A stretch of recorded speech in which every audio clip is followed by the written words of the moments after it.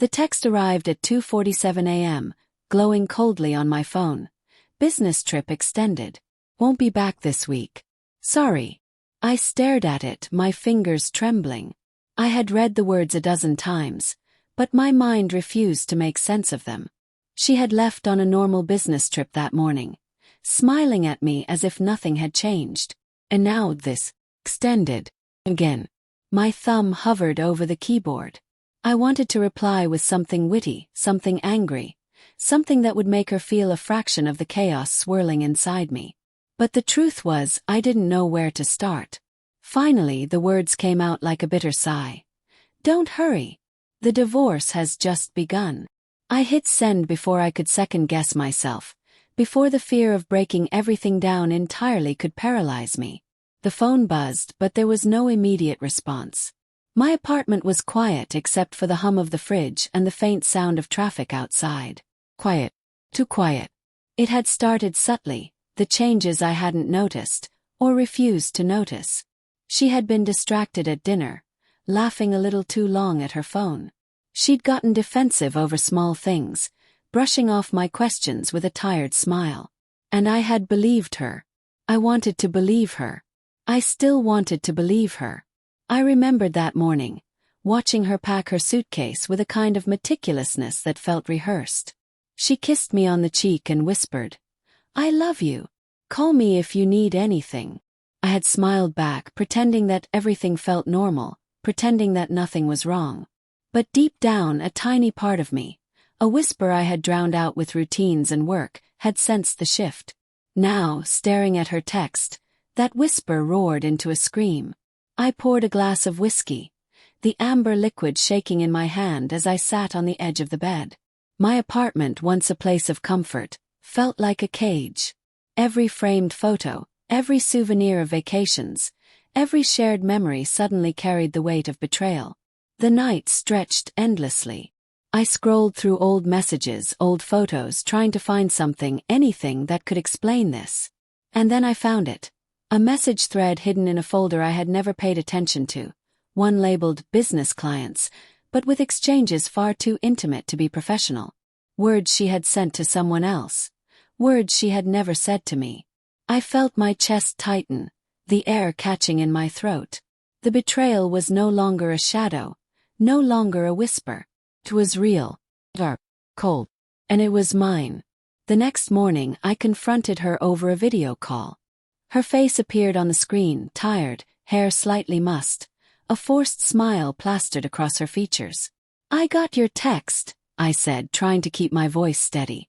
"Oh, that," she murmured, her eyes flicking away.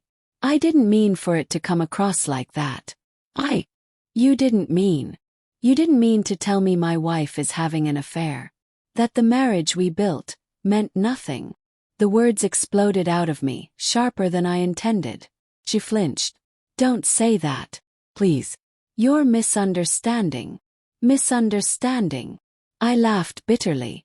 "I saw the messages, Sarah. I saw them last night. I saw everything." Her hands trembled, fingers gripping the edge of her desk.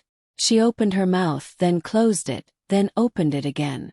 I could see the hesitation, the shame, the fear, but also the relief that finally I knew. I didn't mean for it to happen like this," she whispered. "I didn't want to hurt you. I felt so alone." Alone. The words sliced through me like glass. I wanted to scream, to shout, to cry, but all I could do was stare at her, watching the woman I loved crumble in front of me. "Alone," I repeated, voice low, dangerous. "We were married for 10 years.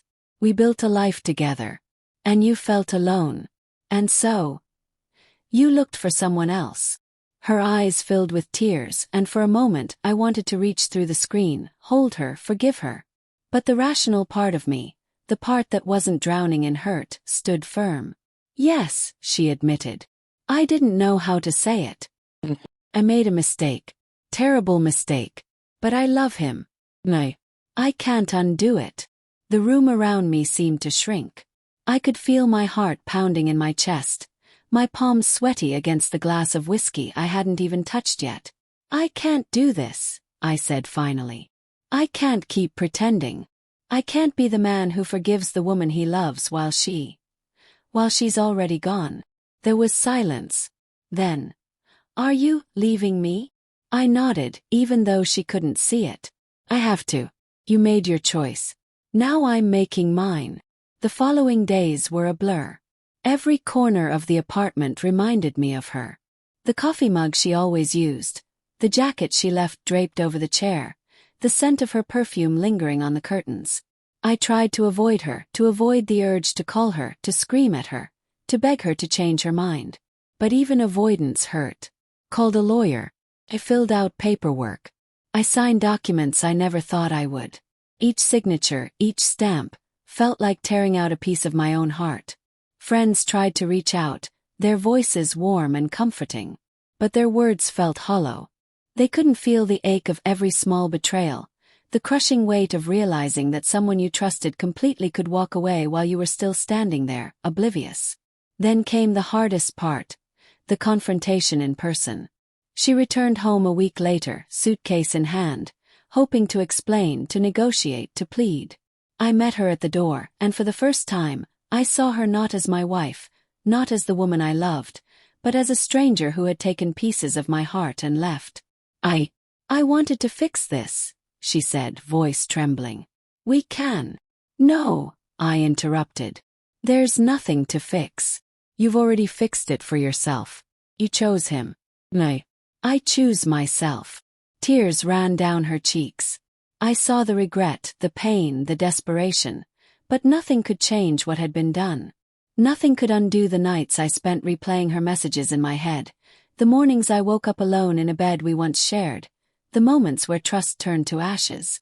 I'm sorry," she whispered. I nodded once, sharply. "I know."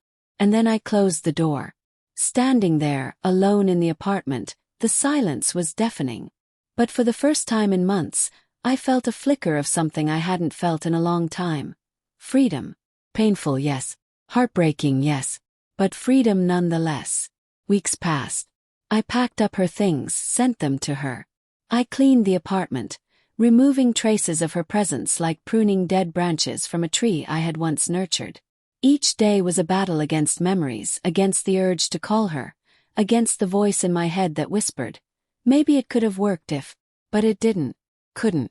And one evening months later, as I sat on the balcony with a glass of whiskey, not shaking this time, not trembling, I finally allowed myself to breathe. The city lights stretched endlessly before me, and I realized something I had refused to accept.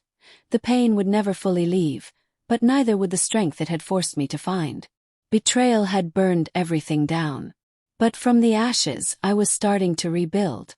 And this time I was building for me.